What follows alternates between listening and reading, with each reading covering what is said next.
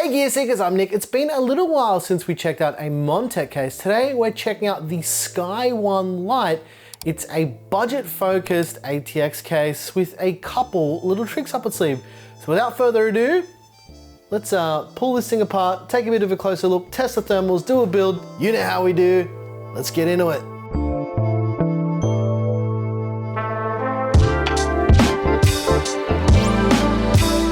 Panel removal. The side panel is on a hinged door. It's got this little kind of latch thing. It doesn't actually do anything. It's just for pulling the panel away because it's magnetized, and you basically just pull that, then you lift the panel off and out of the way, and we're in. Rear panel is much the same, except it's got two thumb screws. You just pull the side panel away, and away we go. Front panel removal, much the same. Basically, we can just pull it from the bottom. Well, you're looking at about 180 mil. If you remove this hard disk cage, up to 200 mil, so quite versatile for power supply mounting. You've got these two SSD sleds on the back for 2.5-inch drives. You've also got this cage here. This sled comes out and allows you to install a drive in the sled, or you can actually remove the cage and install a drive on top, so you can have two 3.5-inch spinning rush drives or two 2.5-inch drives here, and then you can have two here. So that's a total of 4 drives. Additionally, you've got 2 more SSD mounts here and here to mount them on the inside of the case as well. You've got these 3 Velcro tie downs with a raceway towards the front of the case. You've also got a couple tie down points along the back side of the motherboard tray. There's also tie down points on the lip of the cutout on the back of the motherboard tray as well. There's plenty of pass-through holes at the top. This would have been better if they just removed this here and just made it completely open. You've also got the regular cable pass-throughs from the front to the back for stuff like your 24-pin power cable, and it's got rubber grommets here. I mean, you may or may not like this, but you know, grommets are usually nice. People usually like them. For motherboard support, it supports from ITX all the way up to ATX. So pretty standard motherboard support for a case like this. The maximum air cooler height for this case is 170 millimeters, but I'm not sure if I'm going to be air cooling or liquid cooling in this case yet, so I can't comment on that just yet. There's 3 pre-installed fans here. They're all 120mm fans. They don't have RGB, and the fans are not PWM. They're DC powered. There's 2 pre-installed at the front, and there's 1 pre-installed at the back of the case. Full fan support, you can do 3 120mm fans max or 3 140mm fans. At the top, you can do 2 120s or 2 140mm fans as well. And on the rear, just a single 120mm fan. For radiator support up the front, you can do up to a 360mm radiator or a 280mm radiator up there. Up top, Montech saying you can either do a 240 or a 280 up the top. We're actually not going to be doing a 280 in this build. We'll probably be doing a 240, but we'll let you know our findings when we get a bit closer to that. As far as GPU support, you've got a maximum GPU length of up to 350 millimeters. However, if you're doing a front radiator, you've got about 310. And this is the ye old STRIX test that we do in almost all of our case videos, so you guys can get an idea for the type of clearances you can look to find if you buy this case. For all the case wiring, you've got a block for all of the connections for your motherboard to power it and to let you know it's on. You've got a 3-pin 5-volt addressable RGB pass-through to your motherboard, which I'll come back to in a moment. There's also a USB 3.2 front panel connector, a front panel audio connector, a USB Type-C front panel connector as well, and SATA power to power the RGB controller that's built in for the front panel. For front panel I/O, you've got a power button, a reset button, you've got 2 little lights for hard disk activity, light and power. You've got an LED switch, which is for the front panel lighting, not for all your fans. There's no pass-through for that. There's a microphone jack, a headphone jack, 2 USB 3.0 ports, and a USB Type-C port. There is a strip that runs down the front panel of the case, which you'll see in the B-roll later, and I'll show you in a moment, but the way this connects to the case is with these 3 pogo pins. And then there's 3 contact pads on the front panel itself. As mentioned, that front panel has an RGB strip that runs from the bottom to top, as well as a little Montech logo at the top. I think that's basically everything you need to know about the Montech Sky One Lite for now, but let's do our usual thing. Let's do a build, we'll test the thermals, and then I'll let you know what I think about this new case from Montech. Let's build.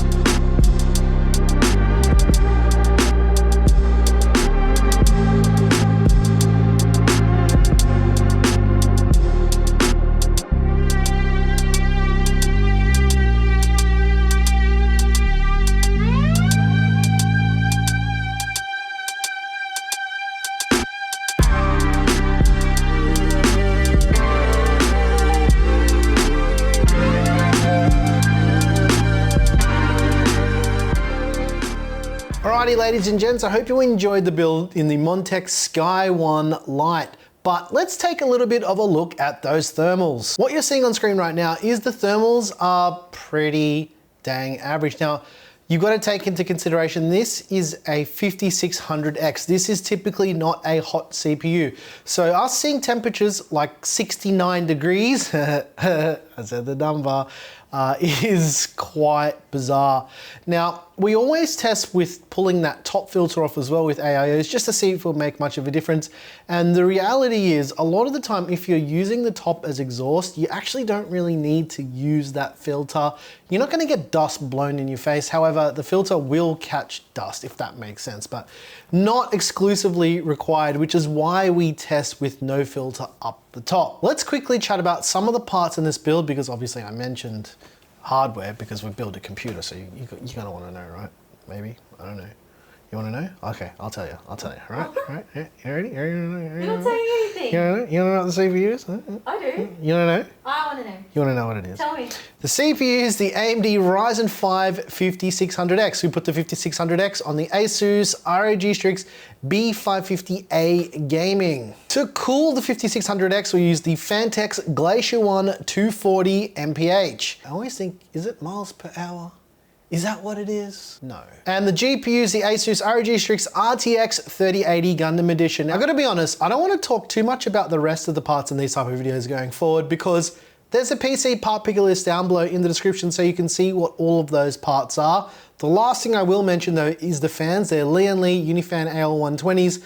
There are 6 in total and I'm using motherboard RGB control with a little adapter so I don't need to use whatever the software is. What's it called again? Unifan Control Lian Li 3.897. It's called L-Connect 3. I didn't want to use it. They said the wrong thing. Actually, here's something that I did to make people comment. I hate the way those cables look because they don't have cable combs. Oh, they're so ugly. Oh, my OCD, I am so offended by the cables that you used in this build. Deal with it, I don't give a f.